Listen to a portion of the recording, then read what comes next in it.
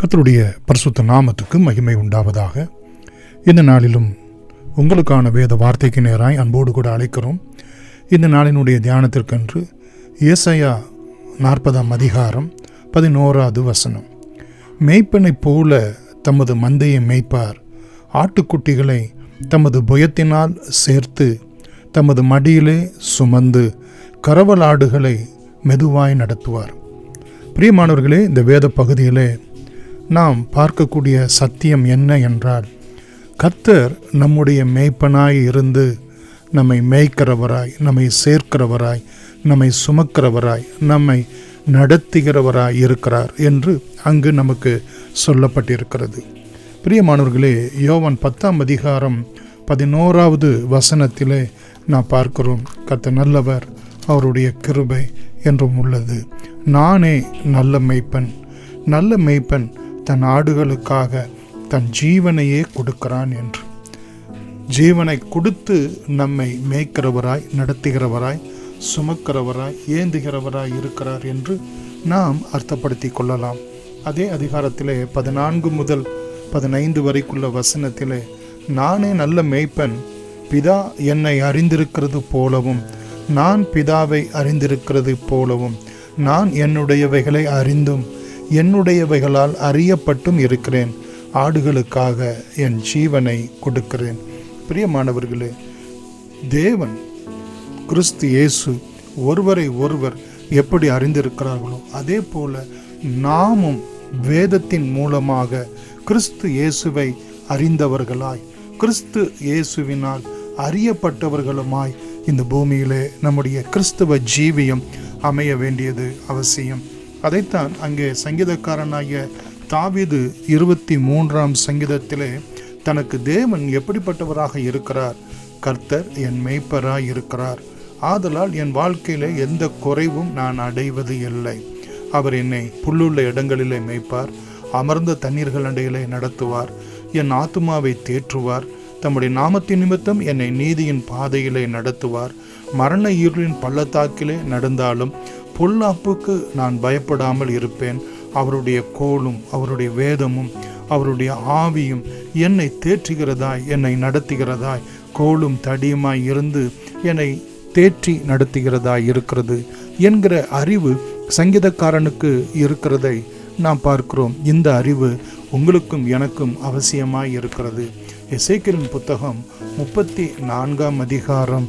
பிரியமானவர்களே, தேவன் நம்மை எப்படி மேய்க்கிறவராய் இருக்கிறார் என்று 11 முதல் 16 வரைக்குள்ள வசனங்களிலே, இதோ நானே என் ஆடுகளை விசாரிப்பேன், அவைகளை தேடுவேன்,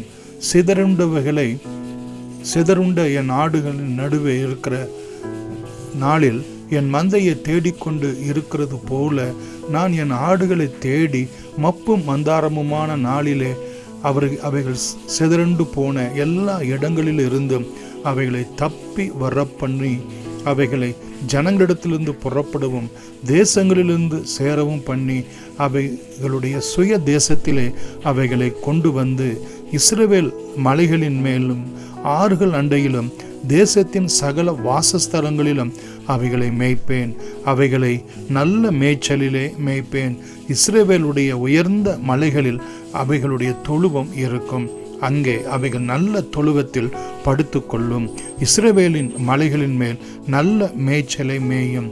என் ஆடுகளை நான் மேய்த்து அவைகளை நான் மடக்குவேன் என்று கர்த்தராகிய ஆண்டவர் சொல்கிறார் என்று அங்கே நாம் சொல்கிறதை நாம் பார்க்கிறோம். கர்த்தருடைய பரிசுத்த நாமத்துக்கு மகிமை உண்டாவதாக.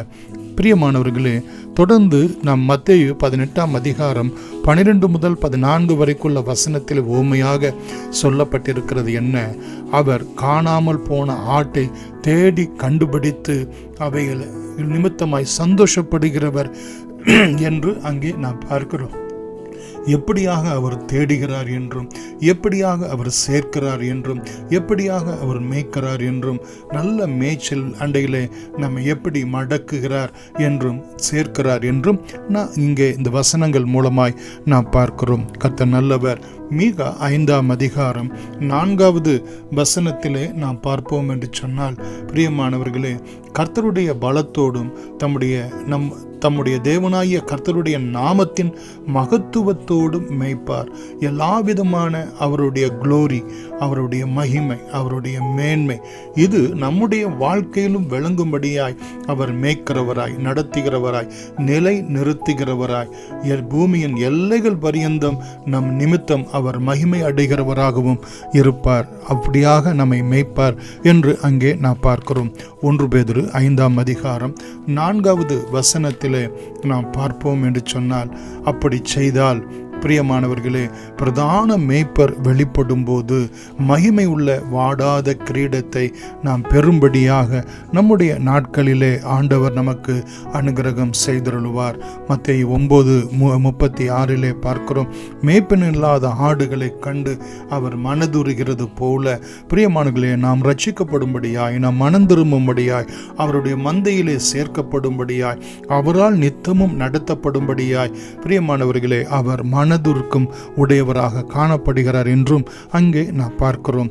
நமக்கு நல்ல பிரதான மேய்ப்பராய் இருந்து முடிவிலே, நம்முடைய வாழ்க்கையினுடைய நிறைவிலே பிரியமானவர்களே, நமக்கு மகிமை உள்ள வாடாத கிரீடத்தை அருளுகிறவராய் மாத்திரமல்ல, வெளிப்படுத்தல் புத்தகம் 7ஆம் அதிகாரம் 17வது வசனத்திலே பார்க்கிறோம், சிங்காசனத்தின் மத்தியில் இருக்கிற ஆட்டுக்குட்டியானவரே அவர்களை மேய்த்து இவர்களை ஜீவ தண்ணீர் உள்ள ஊற்றுகள் அண்டை நடத்துவார். தேவன் தாமே இவர்களுடைய கண்ணீர் யாவையும் துடைப்பார் என்று நித்தியமாய் பிரியமானவர்களே அவர் நம்மை நடத்துகிறவராய், நம்முடைய கண்ணீரை துடைக்கிறவராய் பிரியமானவர்களே அவர் என்றென்றைக்கும் மகிமை உள்ள தேவனாய், நல் மேய்ப்பராய் உங்களையும் என்னையும் அவருடைய மந்தையாக அவர் மேய்த்து அவர் போஷிக்கிறவராய் இருக்கிறார். அவருக்கு துதி, கனம், மகிமை என்றும் என்றும் சதா காலங்களிலும் உண்டாயிருப்பதாக. ஆமென். God bless you.